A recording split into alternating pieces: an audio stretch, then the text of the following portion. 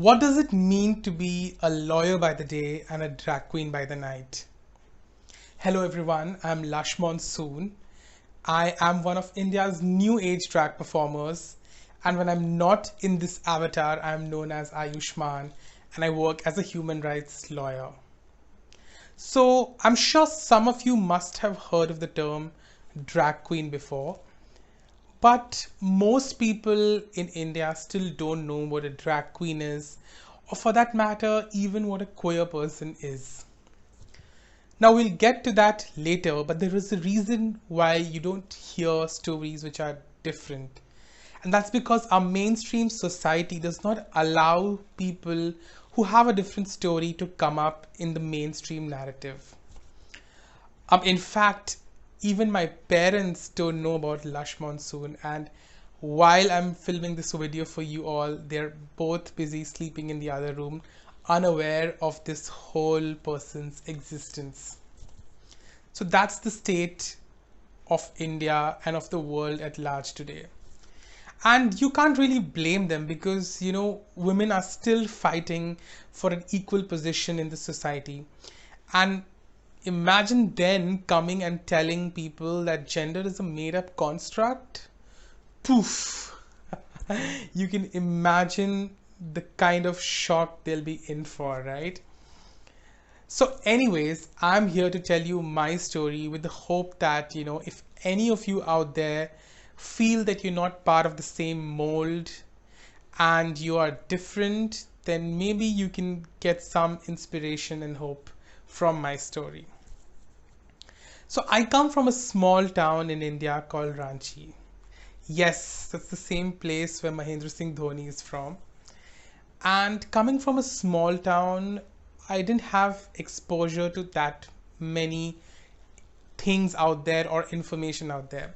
In fact, growing up, I did not have any queer role models to look up to or anybody whom I could relate to. And that's the story of everyone who grew up at my time. So in that situation, I gravitated towards all the women in my life, whether that be my mother or my aunties or even like my teachers. And they taught me that there was so much strength in femininity and there was so much compassion in this whole idea of being, who you are. I remember I used to watch my mother getting ready for a party and she would transform from this ordinary woman into this beautiful, glamorous diva. I was also obsessed with Madhuri Dixit. When I was 5 years old, I gave my first live performance to the song Mera Piya Ghar Aaya O Ramji, complete with the hook steps. And all my relatives were surrounding me and I remember performing for them. And I don't know whether they were really appreciating me or they were just curious to see a little boy doing a girl's step. But as they say in my lingo, I was living. I was having a great time. But then as I grew up, I realized that, being myself completely wasn't always going to be accepted in the same way because it could lead to bullying, it could lead to harassment, or even me being disowned. I remember once I had taken my mom's clothes, her dupatta and her jewelry, and I wore it and I was prancing around the house so happy to, and so full of joy at wearing something colorful. But then I saw my mother's face and there was this worried expression on her face, which meant that, she was so scared that, what her child might actually be or might turn into someday. I noticed that and I kept it within my heart. I went to an all-boys school and as you can imagine, a very hyper-masculine space wasn't very comfortable for femme people like me. I would see my fellow students getting bullied and harassed every day. And the sports class was especially the worst because that's where the boys could be boys. So I used to bunk every sports class and hide in the library pretending to do theater. One day, my sports teacher caught me hiding and he said, Stop acting like a bunch of sissies. Now, I didn't know what the word sissy meant back then, but I knew instinctively that it was not meant as a compliment. So, all these cues made me realize that it was not safe to be myself. And I kept this whole secret of my own. I kept it locked it in a box and buried it deep within myself. When I had to choose a career option, like every small town person in India, I had only two options, either engineering or medical. But I decided to break out of the binary there also, and I chose law instead. Now, when I went to law school, I had a great time. I made some amazing friends who are responsible for where I am today. And I unlearned a lot of things, and I learned so many new things, and it gave me a whole personality. But at the same time, I was feeling this emptiness within me. I felt like I did not know who I was. I did not know what I liked, what I disliked. I was just a version which you would like to see. But I did not have any idea of who I was as a person. So it was a very, very dark time for me where I did not know what to do next. I was very depressed. So I decided to go back to the things that gave me joy, which was performing, writing, dancing, singing, or doing anything creative. I did not sit for placements and did not go for a corporate lawyer job, and I started pursuing arts and theater instead. And that's when I discovered drag. Now, for the most simplistic understanding of drag is that drag is when a person performs in the opposite gender. But it's not as simple as that. To be honest, there is no definition of drag. If you want to call yourself a drag queen, that's it. That's the only criteria.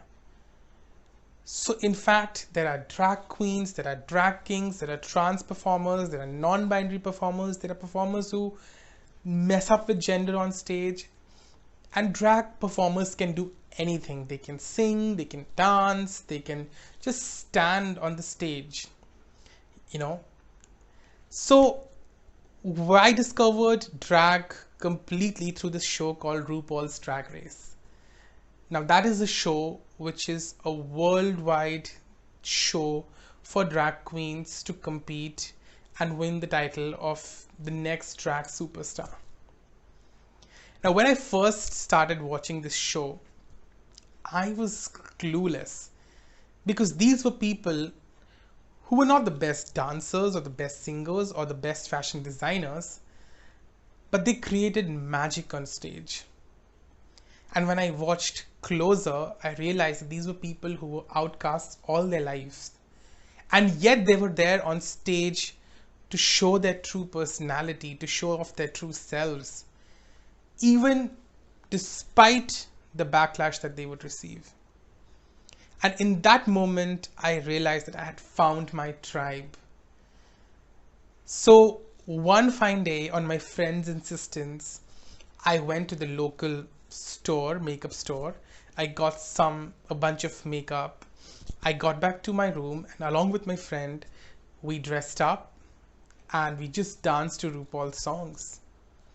When I first saw myself in my drag avatar, I was almost in tears because this was years and years of repressed femininity within me that all took the shape of the avatar that you see right now in front of you, that is Lush Monsoon. So from there, I began my drag journey, and since then, I've had so many amazing opportunities thanks to drag. I've featured on some amazing fashion magazines, which I never thought I would do in my life. I've worked on some amazing projects, and I've discovered my drag family, which is the most important to me. So I still have a long way to go, I hope, but drag gave me a new life. It made me go back to my inner child and rediscover who I was when I was a kid and what I had lost in the process of growing up. My drag is like my superhero costume. While Ayushman struggles with his day job and he is constantly fighting for the world to see him for who he wants the world to see him for, Lush is confident and she's out here in front of you and she's out there to destroy the patriarchy.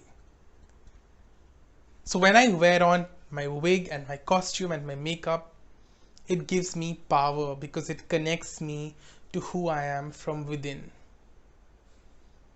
Now that doesn't mean that I'm a woman or a man. I am just an experience. That's what I am. So if this whole process of drag and Rupaul have taught me the most important thing is that not to take things too seriously. In the beginning, when I was a kid, I used to take every decision so seriously as if that would change my entire life. And a lot of times I failed, but that did not change the outcome. I still found ways to be who I was. So as long as you're doing what you really love and enjoy, and you're having a good time and you're being true to yourself, nothing else matters. You'll find your path and you'll become true to who you are. So thanks for having me here today. Thanks to TEDxKIET, and thanks for listening to me, and have a great day.